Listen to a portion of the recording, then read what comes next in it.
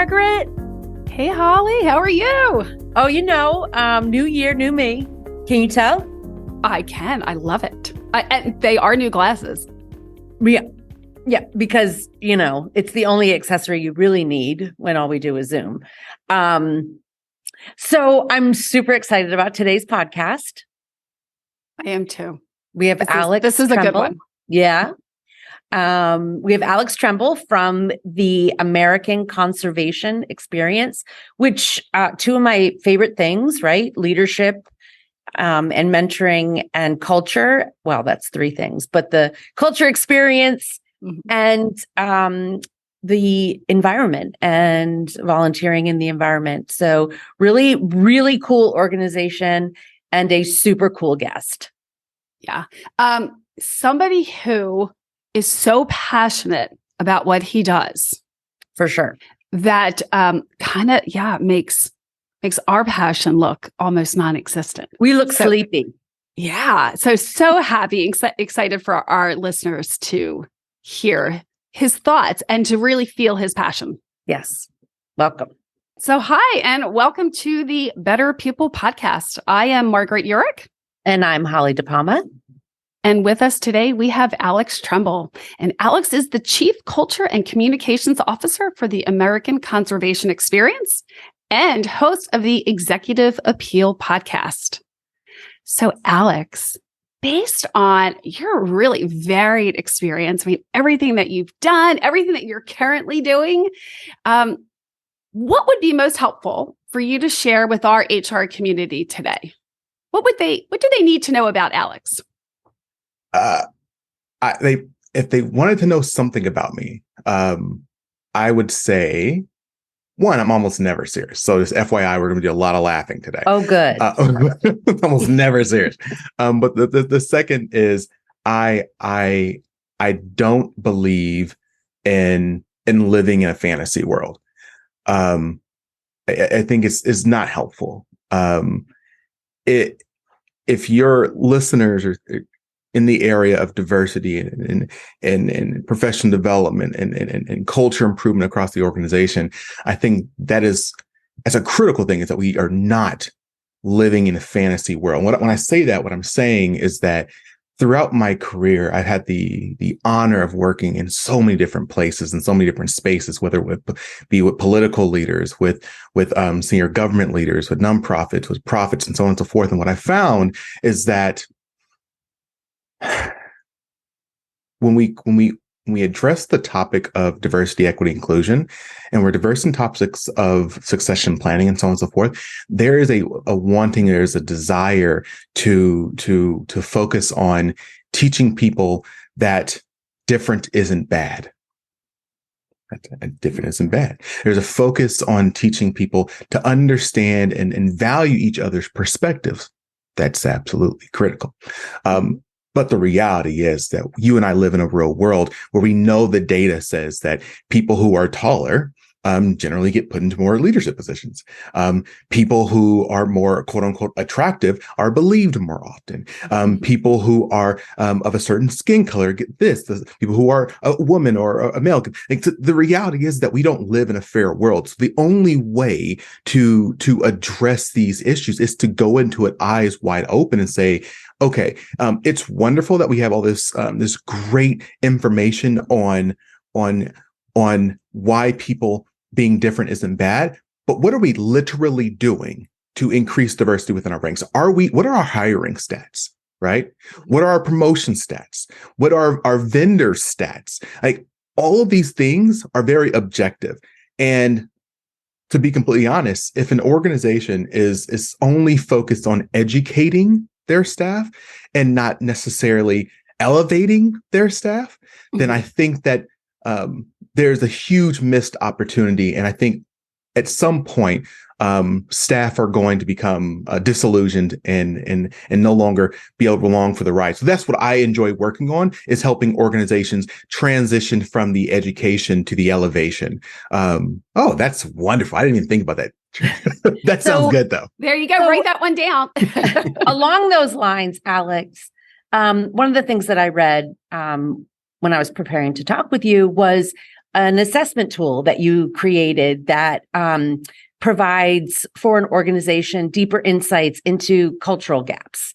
And I'd love to learn more about that, what that was, what it may or may not have revealed, and what the organization did because of the data they received from that assessment. I cannot take full credit for that myself. I worked with a phenomenal woman, August Ball, and her organization. She is just phenomenal. So what we did was when I came on to this organization, I've been now there almost 2 years. The first things we need to do is do some sort of assessment, because the reality is that the organization has grown exponentially over the last now almost 20 years being next year, our anniversary. We have now elevated to the second or third largest national conservation corps in the country.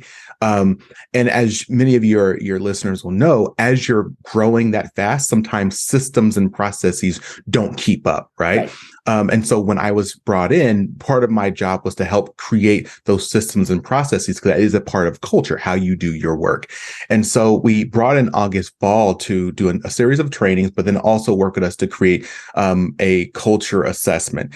And that assessment asked questions in regards to pay equity, right? It asked culture questions in regards to availability for telework, on communication from leaders to leaders.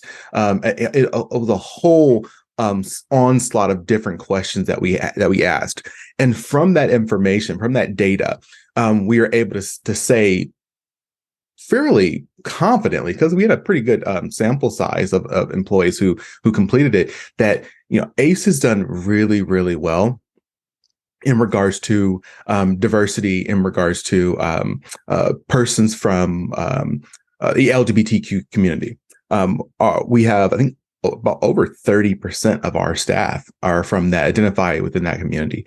We've done also fairly well with people who are who identify as being someone with a physical disability. And that is, again, really cool, especially given the work that we do, because we're breaking those stereotypes that you have to be this super fit abs rock climbing person in order to be outside doing great conservation work. But what we found was that there was, this is why this data is so important. We had, I think, 5 people of African American descent in the organization, right? We had 3 Native Americans, right? So the survey, out of how many? 10 or 200? Our organization has roughly 160 people, full-time staff people. So there were some definite cultural gaps. But what was cool, people were really worried about that. And I was like, dude, this is not something to worry about. What we're doing is being transparent. We're being honest with ourselves, because again, if you live in this fantasy world, everything's just hunky-dory, then you don't actually address anything and no one can hold you accountable. So having this data and coming out and saying, yeah, this is wonderful that we've done really great in these other areas, but over here, we need to focus some efforts. And this is why I personally have moved away from the idea of increasing diversity within an organization to focusing on underrepresentation, right? Because representation is much more adaptable, because there's certain areas of the country, because again, we work nationally, there's certain areas of the country that the population may be 98% Caucasian, right? And should we hold ourselves accountable for getting a whole bunch of different people from who don't even want to be there in that space? Or do we say, okay, who are the people who are underrepresented in this area? What's their education? What's their economic situation? And so on and so forth. Asking those questions allow you to be, I think, much more intentional as you're trying to increase quote unquote diversity, which is, again, I think we should move to underrepresentation. And again, that also works for organizations who are global in nature, right? Because if you're focused on, we need to make sure that we have more women in leadership. Well, in some countries, women are doing very well in leadership. And so maybe you need more males, or maybe you need more people who from religiously from Christian background or Buddhist background. It all depends on the context of where you're working. Sorry, I get on these rants. So please stop me. I feel you on that. I mean, I'll tell you, years ago, and I'm 100. So years You're ago, She's not lying. I'm propped up here. I'm in like a hospital bed. Margaret, you're going to get in trouble when this is over. But years ago, I worked for an organization. It was an education environment. And, there was a focus on Latinx students and the absence of them. And I remember, the HR person pulling data and saying, well, we have 4 Latinx employees, 0 Latinx faculty, right? So it's, again, just like you said, it's sort of a holistic viewpoint of this issue. And I said, how are we going to recruit students when they look up and see nobody here?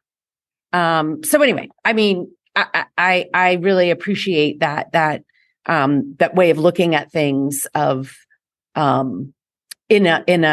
mean, I love living in a fantasy, but she's again not lying. but I'll tell you that feeling, I hope people realize that feeling of seeing representation, it's real. I still remember, regardless of your political affiliation, when President Obama was elected, I worked at the Department of the Interior overseeing executive leadership development there. And I remember jogging up the steps one day to the front door. And I imagined myself as Obama. Like, I had never done that before. I'd been in that building so many times before, but it was just like, wow, like this is possible, right? Mm-hmm. It's really, really important that we have that representation.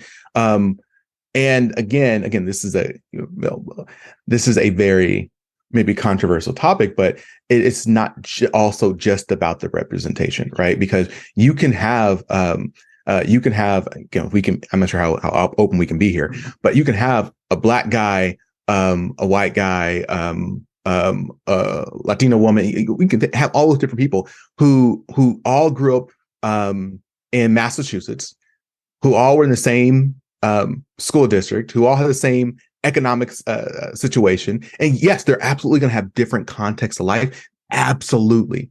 But that at the same time, it's not still varying on that bigger level, on that larger level, which is having someone from California, the West Coast, or down south, they have a different context. Midwest has a different context. People who are in a higher economic level, they have a different context, just as people from a lower economic level. And again, I want to be really intentional with saying, and just because you came from a higher economic level does not mean you are bad, or doesn't mean you don't need help or assistance. Because there are a lot of people who are in those realms that I work with who didn't have certain resources because maybe their parents weren't around, right? Or maybe they got everything they ever wanted, so now they feel insecure. Like we have to be very open open on our mindset as we are working and talking with people if we're going to do this work effectively. I think you bring up such an important concept, which is that diversity, equity, inclusion, belonging goes far beyond what you can see. Mm-hmm. And so I'd love to hear, maybe what your most proud moment is around creating more diverse environments or creating a more effective way to onboard or keep people understanding and creating the conversations around treating and understanding differences. That's a great question. I'm going to come up with a really easy one. My answer should be I think it's very simple and not super complex. So I hope everyone will still appreciate it. I'm over culture, which is everything, packs everything within the organization, but I'm also comms, right? And so one of the most important things for me, we just got finished talking about it, is representation, right? There is a reality that there is in the environmental industry. It's very segregated. There is not much diversity, quote unquote, diversity within that environment, within the industry. And unfortunately, a lot of people grow up saying, that's not me. We don't do that. we don't go hike. We don't go into the forest. And in addition to then that self-talk, it's also companies and industries who've never worked with those people and don't think about those people. So they don't talk to them and don't show images and so on and so forth. So one of the coolest thing I've just worked on, which I really, I'm very proud of, is when I came into ACE, one of the first things I think all organizations should do is identify their values. So because the values are how you do your work. Right? The mission and vision is where you're going and why you're going there, but the values should be how you're going to do it. So once you identify your values, then you define your values, which a lot of organizations don't actually do. So what does being inclusive mean, right? What does customer focus mean? So you have to actually now define those values. And once you've now defined those values, if you're a really great organization, you also then identify examples of behaviors of those values, right? You actually literally come up with a list of this is what it looks like within our organization to be customer focused, right? And once you've developed a list of different behaviors, you now have that so you can create interview questions. You now have that so you can create assessment for your performance. You have that so you can do your policies, and all those definitions and those examples should drive so much change. And so once I've developed those values, I then went using my comms hat and created a series of videos to communicate to our audience internal to ACE what our values are, but also externally to ACE. And when we did that, we were very intentional with being with showing the imagery of not only the different diverse individuals that we work with inside of our organization, but also the places and spaces that we work, and the stories that we tell, and the type of work that we do. And I can't tell you, when I started sharing these videos internally just to get initial feedback, the positive responses that people were sharing, like, I didn't even know there was more than me here, right? But I've never seen myself represented in this organization. And it's such a small thing, but this is why I enjoy working on these. Again, I'm very values focused and I'm very behavior focused, because I honestly, again, this is going to be fairly risque to some of your staff or some of your listeners, but I tell people all the time, I don't care if you like me because I'm Black. If you, I'm a Black guy. Everyone, by the way, if someone doesn't like me simply because I'm Black, I could care less. If an employee or staff member doesn't like me because I'm Black, I could care absolutely less.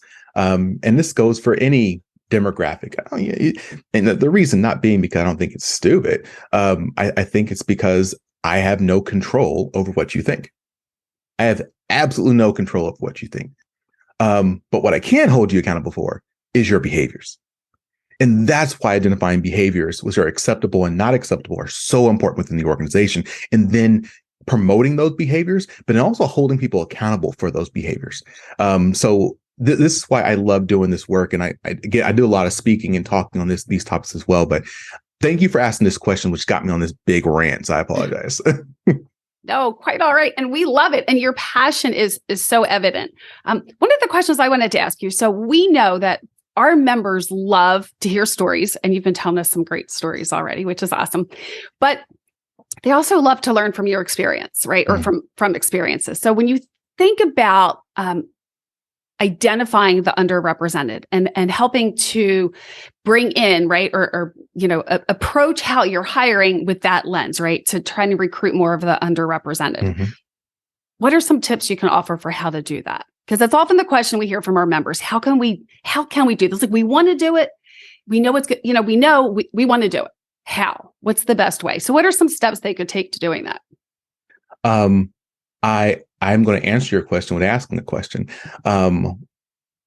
If you were a leader within your organization and you wanted to improve employee satisfaction, what would you do? Well, there's a lot of people who would be like, oh, maybe throw some more parties and, throw some pizza in there, or, give out some awards or something like that. But a smaller number of people would say, I'd ask the employees, right? Mm-hmm. You're trying to engage the employees. You maybe ask them what could you do to help and engage them more. And that transitions to most things, especially in regards to recruitment and outreach. Talking to those communities, going to different organizations and different groups and saying, hey, look, we're looking to build a relationship with this community. What are your recommendations? And because I'll tell everyone, just so you know, when you start this, you may have some organizations giving the side eye.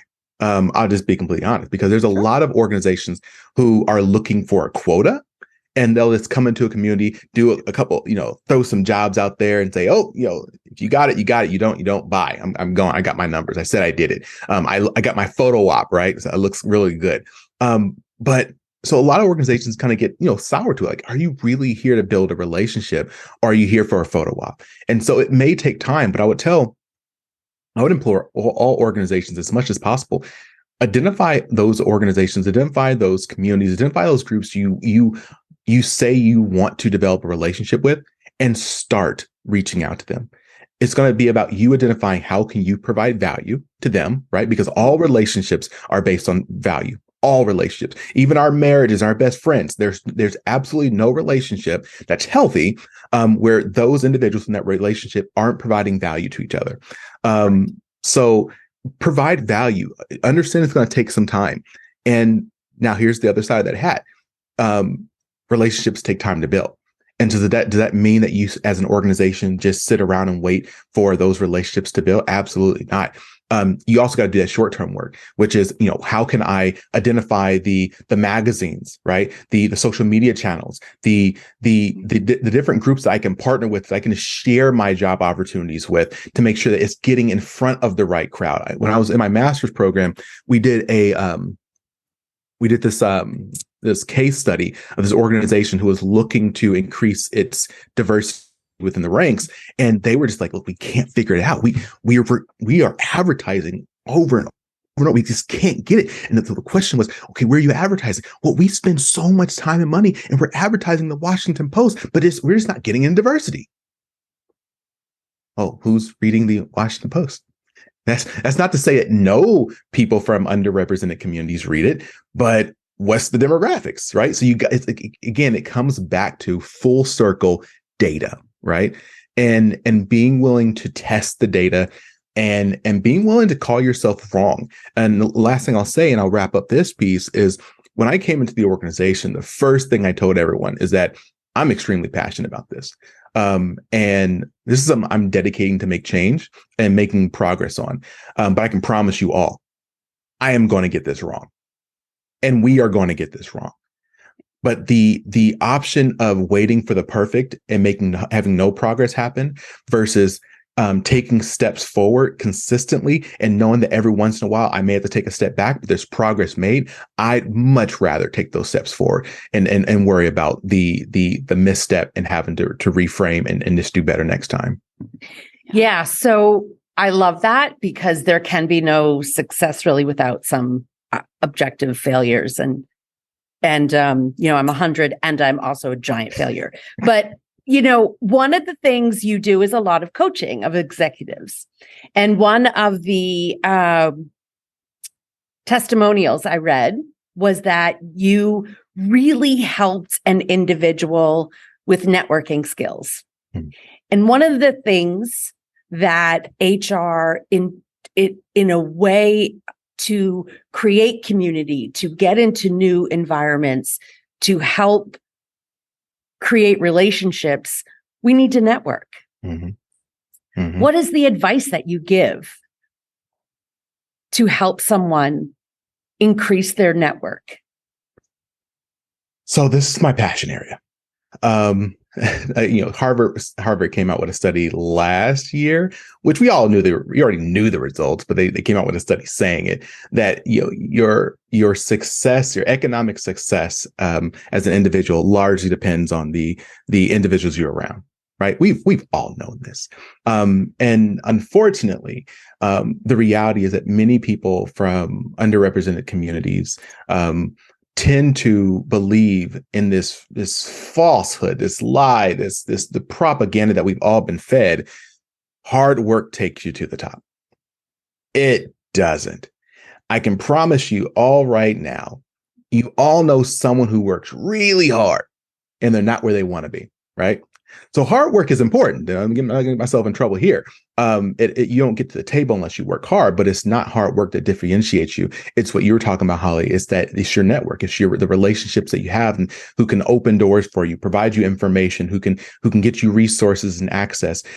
So what I recommend and what I talk about in my own talks and speeches is what I call the 4C relationship building model.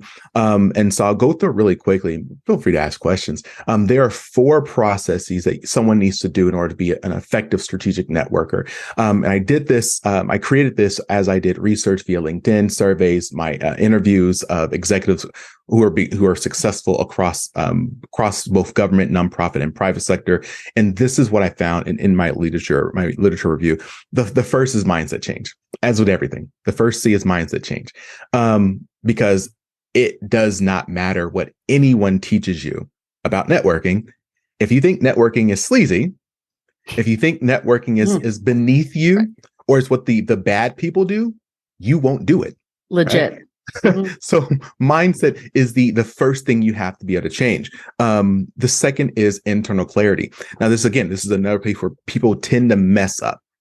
They tend to think about, okay, networking, I got to find Margaret, I got to find Holly, right? I want to build a relationship with them.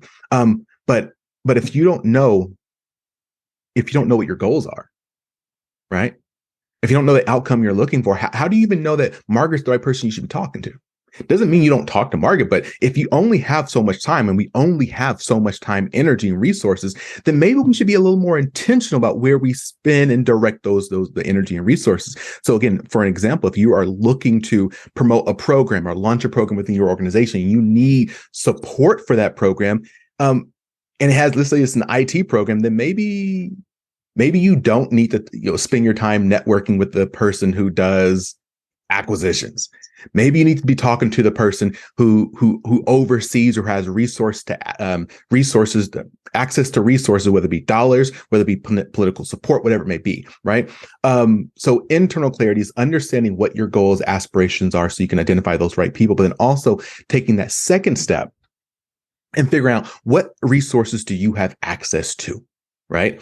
Because I had mentioned earlier, the only way to build real substantial relationships is value-based relationships. I am providing value to someone else. Well, how do you provide value to someone else if you don't know what you have to give to them?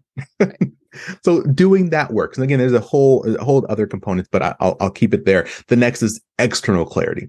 External clarity is now you're focusing on Margaret. Now you're focusing on Holly, saying, okay, where are they at? How do I get in contact with them? Are they a part of any organization? Well, who are their friends? Who are their enemies? What are their goals? What are their aspirations? How can I be a benefit to them? That is when you start talking about the external person, right? External clarity. And then finally, it's behavior choice. Again, everything to me comes back to behaviors. And that's, okay, do I shake this person's hand? Do I look them in the eye?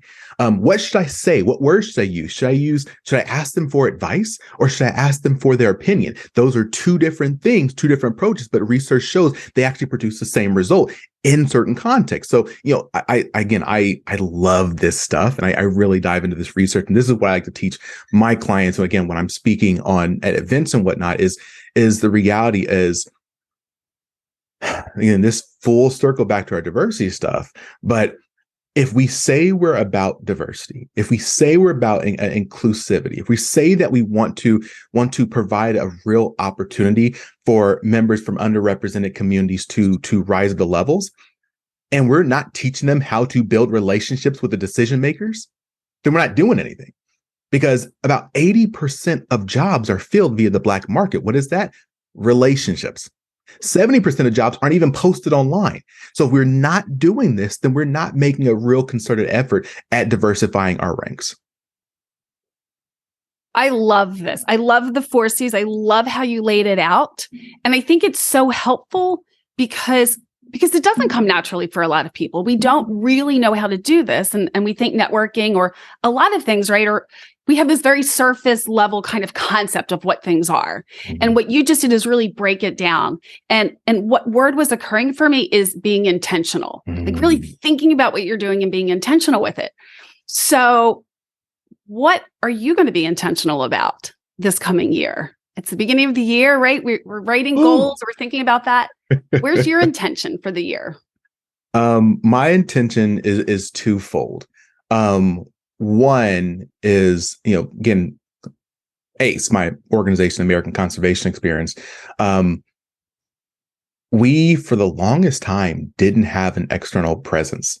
And we have been doing things the way we've always been doing because that's the way they always worked, right? And because the economy changed, the job market changed, things got more difficult. So for me, my intention for this year is being very intentional with our external communications. Again, because that's my other hat I wear in this role is, how do we get ACE in front of the different communities that we say we want to bring to the table, right? Both from a staff perspective as well as from our members' perspective, because basically what ACE does is we provide young people across the country opportunities to engage in conservation, preservation type opportunities, development opportunities. So that is one of my really strong intentions for this year. The second, on the culture side of my hat, is I am very, very focused this year. Now that we've defined all of our values, I am now in the process of creating interview questions so that organization-wide, we can make sure that we are asking those questions to say, are you in alignment with our value before we bring someone into our organization? I love that John Maxwell once said, how do you make sure you have an engaged and motivated workforce? Well, make sure you hire engaged and motivated people, right? So that's what I want to make sure we're doing is I want to make sure that people are in alignment with our value on the front end. So that the interview questions is something that's really important to me. And then finally, for me personally, I love speaking. And so that's the other thing. It's just, I'll be definitely doing a lot more speaking this year for organizations, whether it be retreats or workshops or things like that. But I really want to be able to, again, spread the gospel, right, on relationship building and how to improve and elevate organizations' cultures. That's awesome. Fantastic. I want to ask you one last question. And it's going to go back to one of your intentions for the year. But what's your favorite interview question? And what are you trying to get at? Goodness gracious. That's a hard question. Oh, come on. Look, I tell you, I get interviewed a lot. Oh, question asked to me, or do I ask on my podcast, The Executive Appeal? No, you ask a candidate who is interviewing. Oh, a candidate. Okay, that type of interview. Sorry. There are so many questions. Wow, we could have taken this so many different ways. But let's go with interview question. And then if there's time, we'll do the podcast question. But go ahead. Oh, goodness gracious. Oh my God, that is actually a hard question. One of the ones I used recently, I can't remember verbatim off the top of my head. Again, I rewrite all this stuff down, kind of like very scripted interviews. Was saying, one I really liked actually was we were hiring for a social media position in our organization, and the question was, given your review of our social media channels and our ACE as a whole, what do you believe that we should be doing better or differently to increase engagement in underrepresented communities? Now, again, it sounds like a weird question, but I loved it because there were so many ideas that were shared from the candidates answering that question. It separated people from people who had done no research, right, and the people who had obviously been looking through our feeds and had notes which were really detailed. So those people really stood out, and the others were it also showed how those people interviewing for this position thought about inclusion. And I'll give you an example. There's one person who said, well, I think that ACE should just do a better job of, making a post during Black History Month about Black History stuff, making a post about women's stuff during Women's History Month, making a post. And I'm like, no. I do not like that. And if you see ACE's Ace's LinkedIn page, I made a comment myself this year. I wrote a thing for Martin Luther King Day. I don't like when organizations simply post something about a particular group because it's that particular group's month, because that's pandering. And it doesn't really mean anything. So if you care about diversity, if you care about LGBTQ, then you should be posting about those things and showing how you're doing those things throughout the year. You should be doing it for Black History Month. That should be about throughout the year. Like we have to break that. What's easy to just make a post during this month, to just we're gonna make our social media handle. We're gonna black it out or put a rainbow on it. Again, this is me. I realize people not like it, but my question is, did making your social media handle a rainbow, did that help? Who did that help? Right? Did you create some policies to be more inclusive to them? Did you create a new program? Did you delegate resources? Or did you just make a nice little pretty flag? Right? And that's what I'm always about is real progress. Again, I have a comms background. I understand that perception is reality. So you do have to always have that lens on to make sure people know and see that you are making change, but you also got to do it, right? You can't just have the optics. Right. Which takes us full circle to what you said at the very beginning, which was educate versus elevate, right? And I think posting for Black History Month is educating. Posting all the time about it is elevating, right? So it's just, that's awesome. You're awesome. This has been great. And Holly and I could go on and on talking with you. You've been a great host. The passion just oozes out of you. And it just makes it like really awesome for us to be in your presence and to be listening to you. We really appreciate you spending time with us today. And can't wait to stay connected and continue networking with you. Thank you so much for having me. All of your guests, please do check out American Conservation Experience, usaconservation.org. We really do some really great stuff, and we engage youth. And please do think about it. And if you like to reach out to me, find me on LinkedIn, Alex Tremble, Tremble. All right. Awesome. Great. Take care. Thanks, Alex. Thanks, Alex. Thank you. See ya. Thank you for listening. We hope you got a ton of value out of this episode. Before we go, we want to thank the sponsor of our show, the Mid-Atlantic Employers Association, more commonly referred to as MEA.